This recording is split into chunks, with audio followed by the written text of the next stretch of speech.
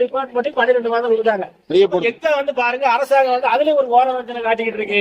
நம்ம சத்துணவு கடைசி அந்த மகளிருக்கும் 12 மாதம் மகப்பேறு விடுப்பு கொடுக்கணும் அப்படிங்கிறது நம்மளுடைய கோரிக்கையா நம்ம வச்சிருக்கோம். அப்புறம் பாத்தீங்கன்னா ஒட்டுமொத்த தொகையாக வந்து பாத்தீங்கன்னா அமைப்பாளருக்கு 1 லட்சம், அமைப்பாளருக்கு 1 லட்சம், சமையல் உதவியாளருக்கு 50,000 ரூபாய் அப்படின்னு சொல்லியிருக்காங்க. ஆனா மற்ற அரசு ஊழியர்கள்லாம் பணியிலிருந்து ஓய்வு பெறும்போது பாத்தீங்கன்னா கடைசி சம்பளத்துல 16,500 மாதம் கணக்கிட்டு அதை ஒட்டுமொத்தமாக லம்சம் அமௌண்டமாக கையில கொடுப்பாங்க. நமக்கு மட்டும்தான் பாத்தீங்கன்னா அக்கா கூலியா 1 லட்சம், சமையல் உதவியாளருக்கு 50,000 ரூபாய் அப்படின்னு சொல்றாங்க.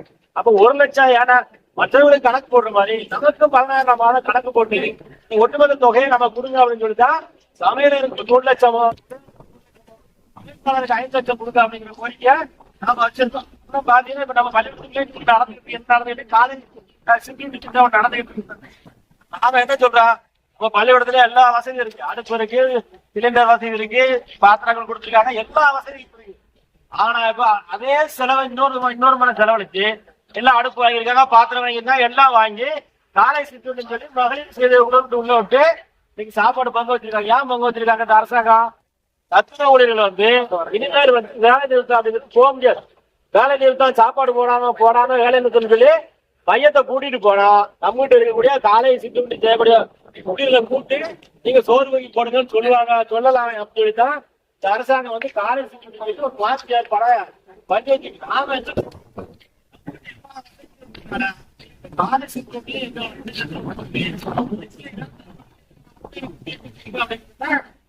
கோரிக்கை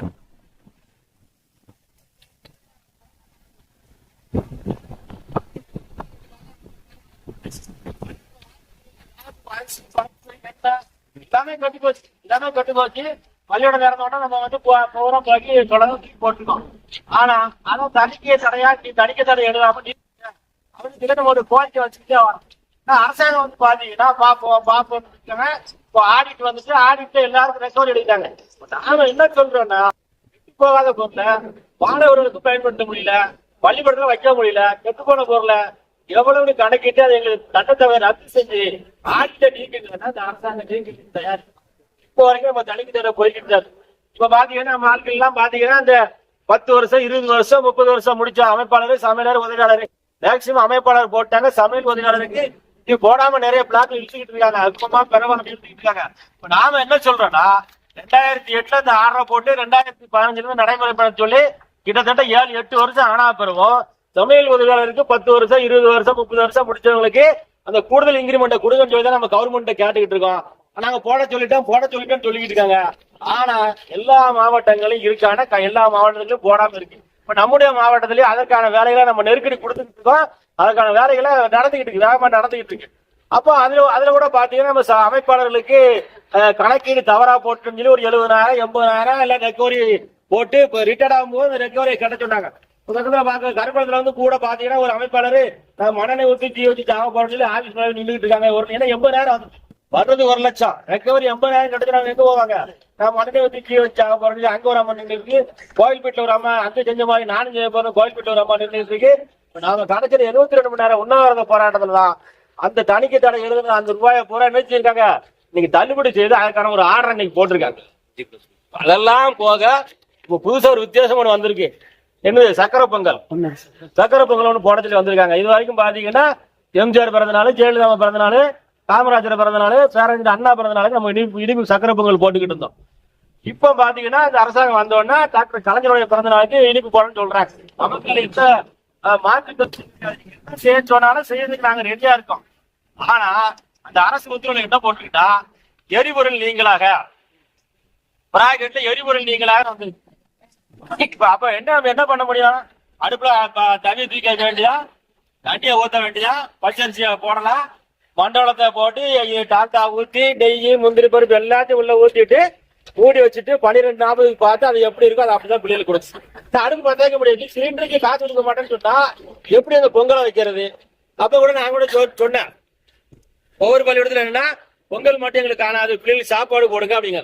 நான் வேலை பார்க்குற பள்ளிக்கூடத்துல ஒருத்தர் வந்து சண்டை போடுறாரு, பொங்கல் என் பிள்ளை சாப்பிடாது, நீங்க சாப்பாடு போடுங்க. இந்த அப்படியே அரசாங்கம் இருக்கு, அரசாங்கம் என்ன சொல்லி இருக்கு, சாப்பாடு போடாத பொங்கலை மட்டும் போடு, சாப்பாடுக்கு என்ன செலவாகுமோ அதை விட 1 பைசா கூட கூடுதல் செலவு இல்லாம நீங்க பொங்கல் போடுன்னு கொடுத்துருக்காங்க, அதான் நான் போடுதான்னு சொல்லியாச்சு.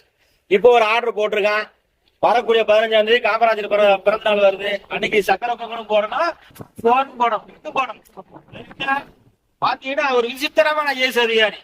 100 கிராம் அரிசியில 75 கிராம் அரிசி போன் பொங்கணும், 25 கிராம் அரிசி பொங்கல் கிடக்கும். 1 இருந்து 5 வரைக்கும், 6 இருந்து 10 வரைக்கும் 150 அரிசியில 100 கிராம் அரிசி போன் பொங்கலுக்கு, 50 கிராம் அரிசி சக்கரை பொங்கலுக்கு. ஒரு குழந்தைக்கு 2 ரூபாய் எடுத்துக்கோ சக்கரை பொங்கலுக்கு, விறகு நீங்களாக, எரிபொருள் நீங்களாக. அப்போ அந்த பிராக்கெட்ல வந்திருக்கு. அப்போ ஒரு டைரக்டர் லேடி, ஒரு செக்ரட்டரி லேடி, நம்ம துறை அமைச்சர் லேடி, நம்முடைய ஜாயிண்ட் செக்ரட்டரி அவ்வளவு பேரு லேடியா இருந்துக்கிட்டு எரிபொருள் நீங்களாக இந்த பொங்கல் வைக்க சொன்னாங்கன்னா எப்படி அந்த பொங்கல் வைக்க முடியும்? இவ்வளவு கேடுகட்ட ஐஏஎஸ் அதிகாரி இருந்து நம்ம திட்டத்தை சீர்குலைச்சிக்கிட்டு இருக்காங்க அப்படிங்கிறத பார்க்க வேண்டியிருக்கு. அதோடு மட்டுமில்லாம இன்னொரு சிக்கல் வருது நமக்கு. அங்கன்வாடி திட்டத்தையும் சத்துணவு திட்டத்தையும் காலை சிற்றுண்டி திட்டத்தையும் உள்ள ஒரே ஸ்கீமா ஆக்கி நம்மள எங்கொண்டு வைக்க போறாங்க? அங்கன்வாடியில் இருக்கக்கூடிய சிடிஓ கண்டல வைக்க போறாங்க. அதற்கான வேலைகள் ரொம்ப வேகமா நடந்துகிட்டு இருக்கு. நம்ம ஆட்சியில் எம்எஸ்எம், டிஎஸ் இவங்க 3 பேரு விரைவில் அங்க போயிருவாங்க, சிடிஓ ஆபீஸ் போயிருவாங்க. நாமளும் அங்கதான் போக போறோம். இப்ப நமக்கு கீழே பாக்குறதுக்கு நீ வீடியோ வர முடியாது, இப்படி வர முடியாது, யாரும் ஒண்ணும் செய்ய முடியாது. அங்கதான் பாக்கணும். அங்க என்ன இருக்கும்? எல்லா ஆட்டமும் நடக்கும். அந்த ஆட்டம் நம்மளால அங்க சமாளிக்க முடியுமான்னா இதை விட மோசமா அங்க சண்டை போட வேண்டியது. அங்க அந்த நிலைமைக்கு எல்லாம் இருக்கு. இவ்வளவு சீர்குலைவாக இந்த அரசாங்கம் நம்ம திட்டத்தை சீர்குலைப்பதற்கான வேலைகளை வேகமா செஞ்சுக்கிட்டு இருக்கு. நாமளும் அதற்கு வேகமாக நம்முடைய போராட்டங்கள், கடுமையான போராட்டங்களை எடுத்தா மட்டும்தான் நம்ம பணியையும் பாதுகாக்க முடியும். நம்முடைய கோரிக்கையான சம்பளத்தையும் பென்ஷனையும் காலி பணியாளர் முக்கிய கோரிக்கையில நம்ம வெல்ல முடியும். அப்படிங்கிற அடிப்படையில நம்முடைய மாநில மையம் அடுத்து வரக்கூடிய திங்கட்கிழமை மாநில நிர்வாகிகள் சென்னை சென்று நம்முடைய துறை அமைச்சர், இயக்குனர், செக்ரட்டரி வாய்ப்பு இருந்தா நம்முடைய முதலமைச்சரை நேரடியாக சந்திச்சு நம்ம கோரிக்கை அமைச்சரை 24ஆம் தேதி கொடுப்பது அப்படின்னு சொல்லி இந்த 2 கட்ட போராட்டங்களை அறிவிச்சு நடத்திக்கிட்டு இருக்கோம். அடுத்து நம்முடைய மாநில செயற்குள்ள என்ன வேகமா நம்ம முடிவு எடுக்குமோ அந்த முடிவுகளை நம்முடைய மாவட்டத்தில் அமல்படுத்துவதற்கு அனைத்து ஊழியர்களும் முழு ஒற்றுமையோடு இருந்து நம்முடைய போராட்டத்தை நடத்தி நம்முடைய கோரிக்கையை வெல்வோம் என்று கூறி இந்த மழை நேர தர்ண போராட்டத்தை துவக்கி வைக்கல. மிக்க மகிழ்ச்சி. நன்றி, வணக்கம்.